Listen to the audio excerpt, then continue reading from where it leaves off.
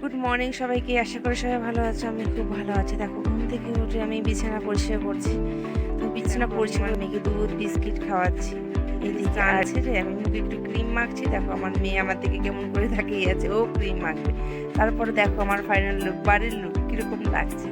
তো ভাবলাম আমাদের একটু ছোট্ট বাগান তোমাদের দেখিয়ে দিই কেমন লাগছে আমাদের ছোট্ট বাগানটা। তো এরে এসে দেখি ওর পাপা ওকে দোলনা বানিয়ে দিয়েছে বিছানার উপরে, তবু ওড়না দিয়ে, কি দুষ। আর তারপরে কিছুক্ষণ পরে দেখো আমার দিদিভাই এসেছে।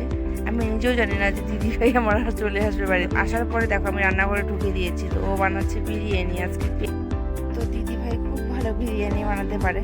তো কার কার বিরিয়ানি খেতে ভালো লাগে কমেন্ট করে কিন্তু জানাবা। আমাকেও খুব ভালো লাগে বিরিয়ানি খেতে।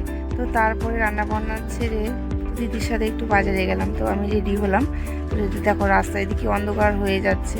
তো রাস্তায় যাচ্ছে। তো তোমাদের সাথে একটা কথা শেয়ার করছি। তো আজকে আমাদের স্পেশাল ডে। অনেকদিন পরে মিষ্টি তার দাদাভাইকে পেলো। দেখো দাদাভাইকে পেয়ে কি খুশি। তো বাজার থেকে বাড়ি এসে তোমাদের দাদাভাই আজকে আমাকে সারপ্রাইজ দিল। তো তোমাদেরকে বলে দিচ্ছি যে কি সারপ্রাইজ। তো আজকে আমাদের অ্যানিভার্সারি, ভাই আমাকে সিঁদুর পরিয়ে দিচ্ছে। তো আমার মনে হয় সব মেয়েদের এই দিনটা খুব স্পেশাল।